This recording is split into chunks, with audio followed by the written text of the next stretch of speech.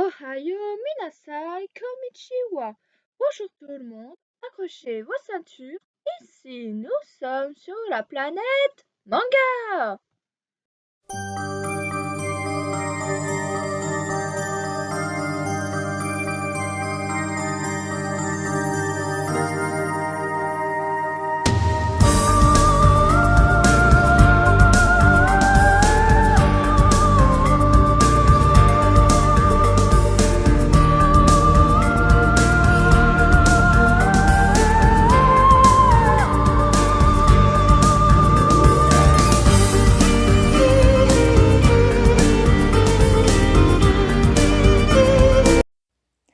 Assassination Classroom est à l'origine un manga extrêmement culte, écrit et dessiné par Yusei Matsui, prépublié dans le célèbre et cultissime magazine Weekly Shonen Jump entre 2012 et 2016 et compilé en 21 volumes.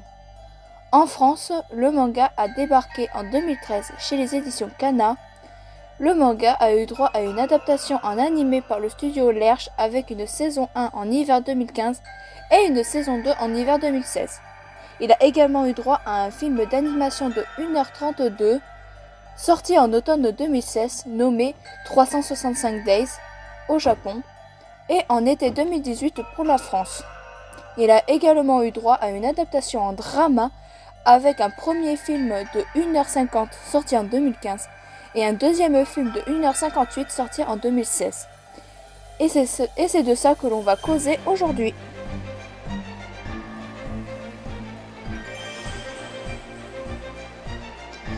Au sein du collège d'élite Kunugi-Gaoka, la classe E est continuellement moquée, critiquée et insultée par les autres élèves et est mise à l'isolement dans un bâtiment à part de l'école.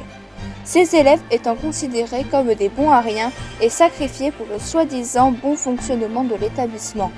Un beau jour, Nagisa et ses camarades de la classe E voient arriver un militaire dénommé Karasuma, qui leur présente leur nouveau professeur principal, une pieuvre humanoïde jaune capable de se déplacer à la vitesse de Mach 20 fois la vitesse du son, et qui menace de détruire la Terre après avoir déjà fait exploser une large partie de la Lune.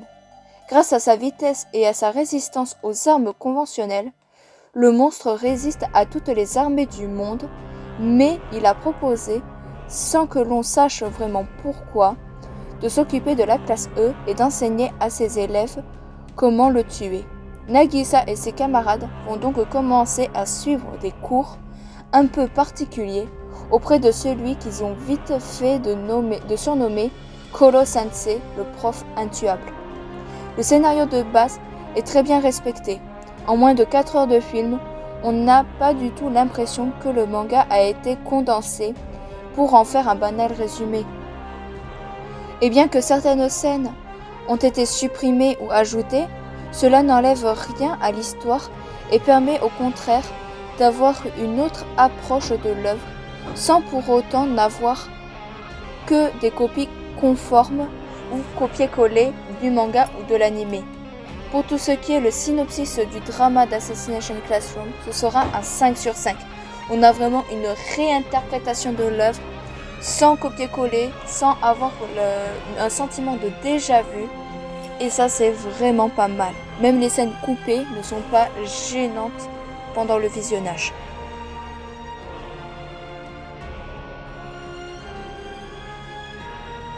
Alors pour les personnages principaux, on va citer vite fait les 4 principaux vraiment. Et ensuite on va parler de par rapport à leur interprétation en drama. Alors en premier nous avons Nagisa Shiota, c'est un élève de la classe E, surnommé classe des épaves, du lycée Kunugi-Gaoka. À cause de son apparence et sa faible stature, il semble être au premier abord le plus faible de la classe. Il est fort en anglais et faible en sciences. Il est aussi végétarien. Il est très fort pour collecter des informations sur son professeur Koro-sensei, qui le doit essayer de tuer avec ses autres camarades de classe.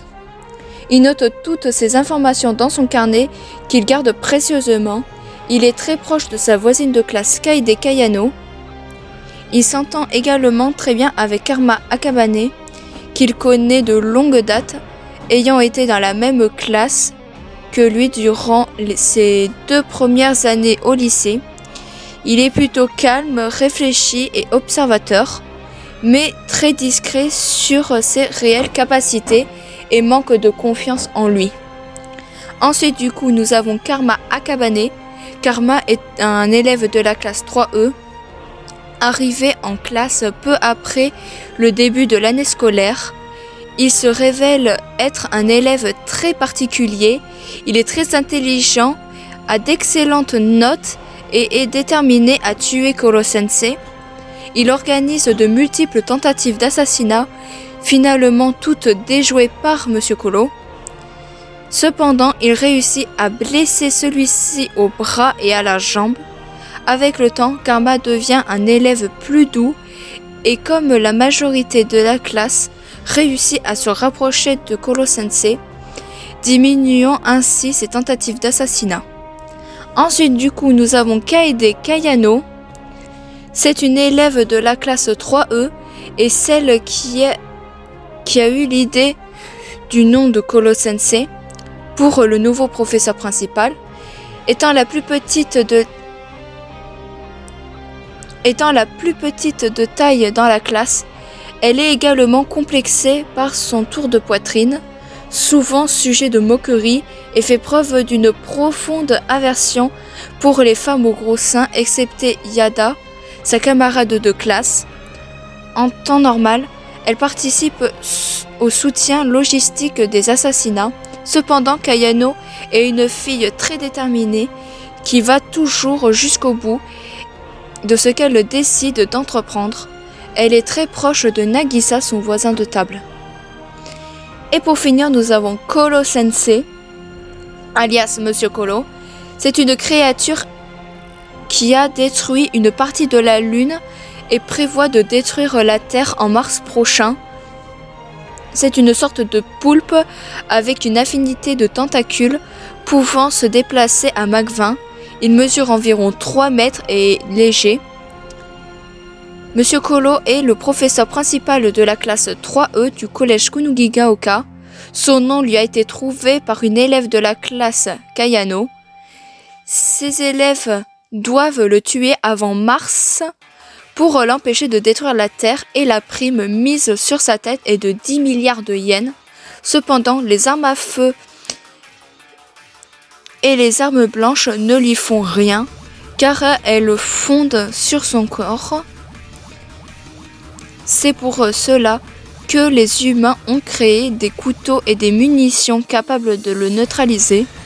Pendant ses cours, il apprend les rudiments de l'assassinat à ses élèves. Koro-sensei est aussi un vrai gentleman. Sa tête change de couleur selon l'humeur qu'il a. Il se laisse très vite emporter par le stress et fait attention aux apparences.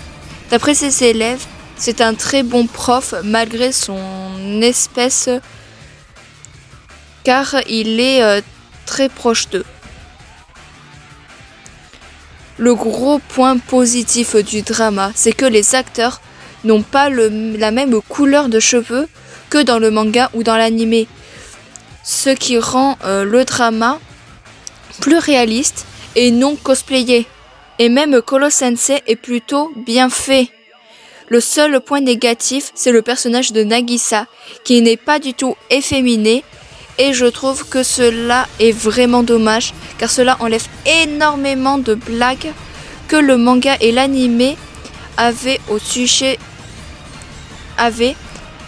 Et aussi, cela supprime tout le développement de Nagisa par rapport à sa mère.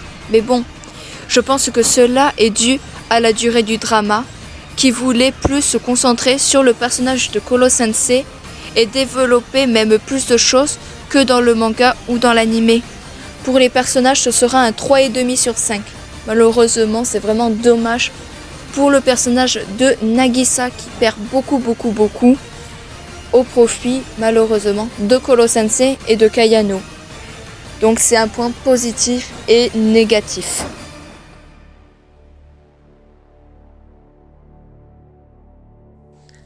Les décors et les costumes sont extrêmement réalistes. Même Madame Pouf est fidèle à elle-même sans que cela fasse trop vulgaire. On reconnaît très bien l'école et la classe comme si on y était. Et pour ce qui est des effets spéciaux, ceux-ci sont très bien réalisés. Tous les élèves de la classe E sont reconnaissables et ne font pas du tout cosplay, avec le gros point positif qui a été de ne pas introduire les vraies coupes de cheveux des héros. Comme ça, on n'a pas des cheveux bleus, des cheveux verts, des cheveux roses et tout ça, ce qui rend encore un côté plus réaliste au drama. Et grosse mention spéciale à Kolo Sensei, qui est très bien réalisé, sachant que des fois, dans les dramas japonais ou même asiatiques en général, quand il s'agit de créer un être sorti de nulle part, une espèce venue d'ailleurs, fabriquée de toutes pièces par ordinateur ou par costume, c'est extrêmement compliqué, contrairement aux séries américaines. Mais pour le coup, je trouve qu'ils se sont assez bien débrouillés, même quand on a la transformation de Kolo Sensei ou quand on a le grand méchant final. Je trouve que c'est quand même assez bien réalisé pour un drama japonais. Pour tout ce qui est costume et décor, ce sera un 4 sur 5. Ce n'est pas non plus parfait, mais franchement, on a vu beaucoup plus pire. Comme cette merde-là.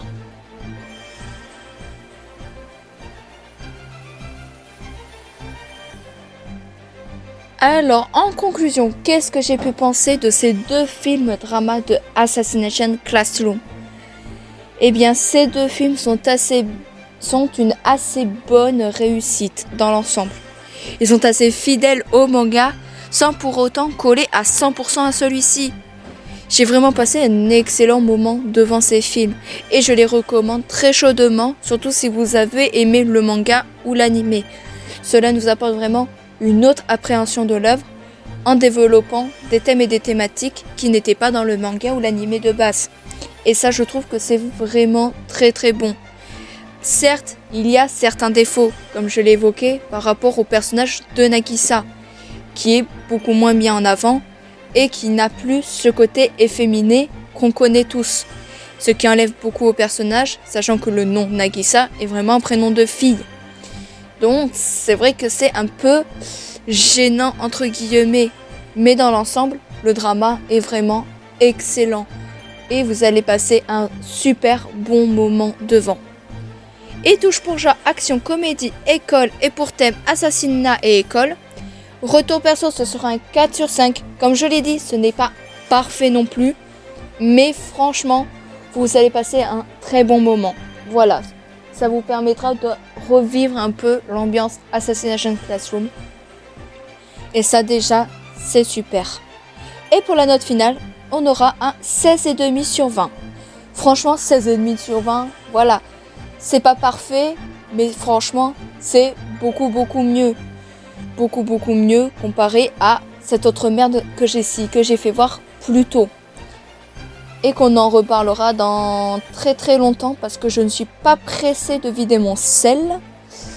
Mais voilà, 16,5 sur 20, c'est quand même assez bien mérité, je trouve, pour une adaptation live action.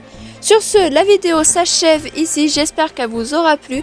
Si c'est le cas, le pouce bleu, l'abonnement et un petit commentaire pour me montrer que vous êtes des vrais. Sur ce, moi je vous dis à la prochaine, c'était Koléa de Planète Manga. Jana.